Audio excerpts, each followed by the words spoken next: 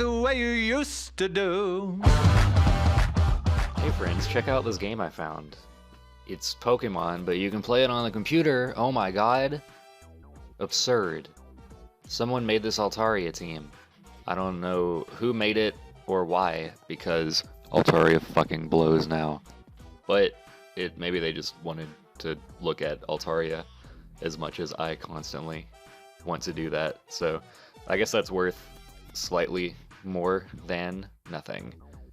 It's also got a Magnezone on it because that's like the requisite partner for Altaria, and Magnezone usually makes me want to take a nap when I think about it, but this one is sub Gigavolt Havoc, so you can pretend like you're using a real Pokemon and not just a tool you have to use to play the game less. It's pretty cool because like if you substitute and they go into like Landorus, they have to choose between breaking your substitute and taking enough damage from Flash Cannon to not be able to stop you from sweeping with Altaria later.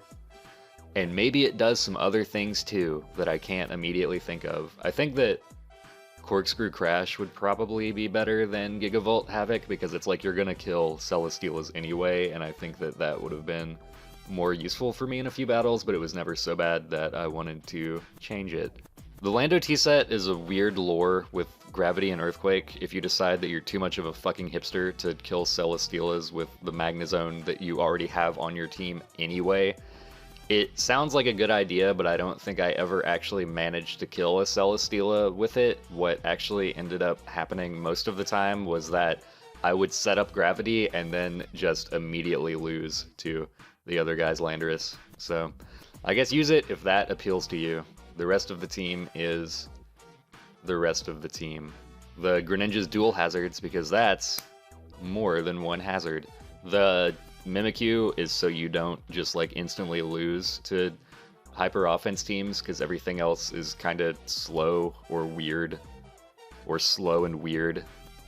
And then you've got Tapu Lele on the team because the team didn't have a Tapu Lele on it yet. So apparently when I bookmarked this replay, I named it Mega Altaria Team versus a really colorful team. And I guess I don't disagree with myself from a few weeks ago. It does look pretty good.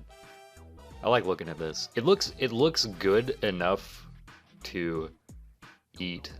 Am I weird for thinking that? I guess Tyranitar wouldn't taste very good because he's like made out of rocks and full of sand.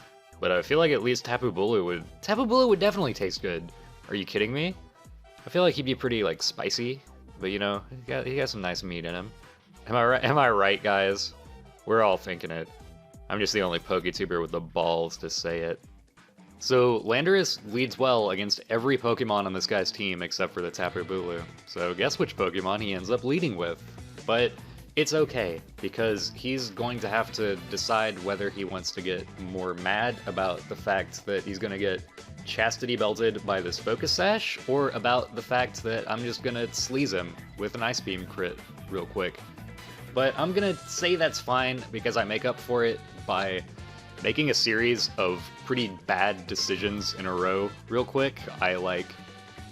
I really wanted to conserve Frog the Spam, and I honestly don't know why, because its only attacking move is Ice Beam, which isn't going to help me out at all against any of this dude's Pokemon.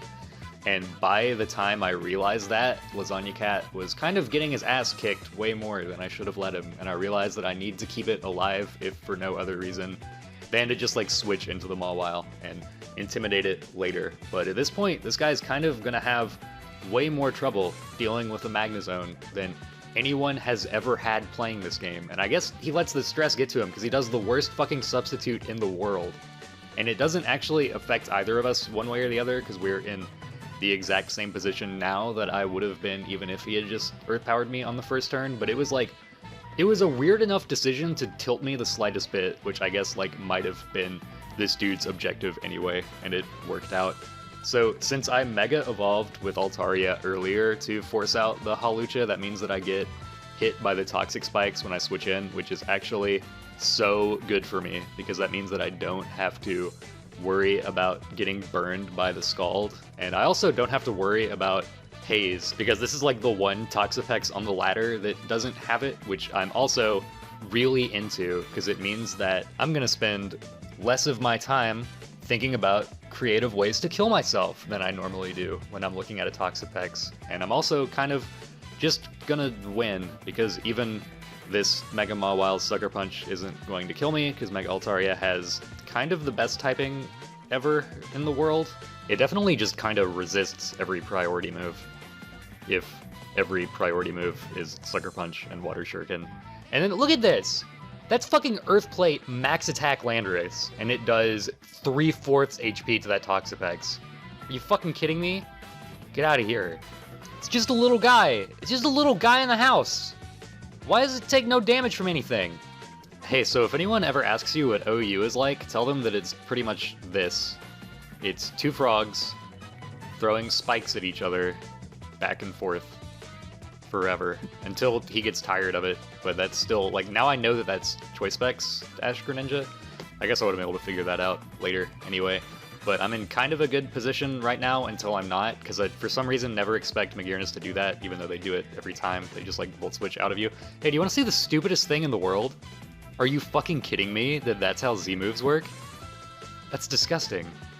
I want to throw up all over the place, except for the fact that if it made me win, then it just means that I'm the better player. I'm not going to have a great time dealing with this Kartana until I remember that it's a Kartana, and then I have a pretty good time dealing with it, because he's going to want to go ahead and get out of there. Hey, maybe this time I can trap this Steel type with my Magnezone. Oh, you scamp! He's just going to go back out into his Greninja and become more of Greninja, but that's fine, because I have got my this. And I stay regular Altaria because, like, I thought he was going to go into the Kartana, and I don't want to be a fairy type and just get smart striked by that. He goes into his Landorus, but I want to stay Mega Altaria for, like, kind of the same reasons. I just don't want to be susceptible to the Earthquake. Hey, I set up a bunch. I'm really ready to have fun with my favorite Pokemon in my favorite game. Oh, no. Let that be a lesson to you. To never like anything, and then you'll never be disappointed. I was pretty sure that that was a Solvest Magearna, but I wanted to taunt it anyway, just in case it wasn't, because if that was Shift Gear, then I would have just lost. I go out into Saucy Wench, but she isn't quite saucy enough, and I'm just gonna have my disguise broken, which means that it's not looking great. It could be going better, but I've still got this thing. It doesn't really look very much like a Pokemon. It kind of just looks like a little guy in an egg, which doesn't sound great, but people told me it was pretty good. And I guess it's working out a little bit, you know? I'm kind of just using this move, and he's kind of got not as many Pokemon as he did a couple turns ago. What happened, guy? So Tyranitar's middle part of it just looks like a grumpy guy, right? Like, I'm not the only person who sees that. Dude, Tyranitar would look so funny if it didn't have its head and it was just like it from the neck down. That's what the Mega should have been. So I'm going to go ahead and lead off with Frog the Spam, and this guy doesn't love it. He's going to have to switch out into his Magearna immediately, which seems like a good idea until that gives me the opportunity to just set up a shitload of entry hazards real quick, which is really the only thing that makes me feel anymore. I'm not really too concerned about him defogging them with the Landorus, because, like, I know that it's not Choice Scarf, because he didn't U-turn off of me first turn, he just hard switched out, and I think that that's the only Landorus set that runs defog. This team was actually made before the Ultra Sun and Moon move tutors, but it doesn't really have trouble with defog Landorus anyway, because, like, they all have a way to take advantage of it doing that to you. But I guess, like, every fucking Pokemon in the game is able to take advantage of a Choice Scarf defog. Like, you don't use it because it's good, you use it because you have to. I think that I'm going to be able to have some fun with my Mega Altaria, but I guess it wasn't a great call because, oh yeah, he's still got this pointy boy. But that means that I can play the Magnezone game, which isn't a very good game, because Magnezone is basically a clicker game where a number never gets bigger. Magnezone isn't anything. Magnezone is just 4 moves that you can double switch with. But hey, guess what? That was good enough to make me have to think so much less about this battle now, because the only thing he had that hard countered Altaria is dead now. But he's still gonna have some fucking trouble with just the Magnezone, apparently, because it's going to take him like 3 Pokemon just to be able to kill that. But the one thing that he sends out at the end to finally finish it off is also just going to give me the most primo setup opportunity that I've ever had in my life. Well, I guess not the most primo setup opportunity, because like the Hidden Power Ice still almost killed me. That did more than I thought it would. So if he wasn't poisoned by the Toxic Spikes, he probably could have just fished for a crit until he got one. But you know what? Let's not worry about that. Let's not invite that negative energy into our lives, because that's not what happened. What actually happened is that C9 Esports didn't let me down, and she just won me the game. And she won, and I won too. You know, not just because the game told me I won, but because I had fun. And that's all that really matters. That and getting 19 ELO on PokemonShowdown.com. So Mega Altaria isn't very good, but use it if you like it, and don't use it if you don't. But if you don't like Mega Altaria, then reevaluate your life, because it's got a fluffy little rumpus, and it's got a little captain's hat, and I think it's very keen. The Magnezone actually ended up being way more useful than the Altaria in about every battle, so I guess if I were to recommend anything to you that you probably haven't used yet, it would be sub-Gigavolt Havoc Magnezone. I feel like I've been really abrasive to Magnezone about its purpose throughout this whole video, but like, I don't know, someone probably likes Magnezone as much as I like Altaria, so use that if you like it too, or don't. I don't control you.